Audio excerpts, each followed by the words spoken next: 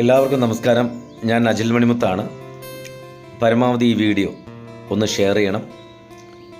തെരുവോരങ്ങളിൽ ഉപേക്ഷിക്കപ്പെടുന്ന അച്ഛനമ്മമാർക്ക് വേണ്ടി ആറ്റിങ്ങൽ കലാഭവൻ മണി സേവന സമിതി മണി ദേവാലയം എന്ന ഒരു വൃദ്ധ മന്ദിരം ഒരുക്കുകയാണ്.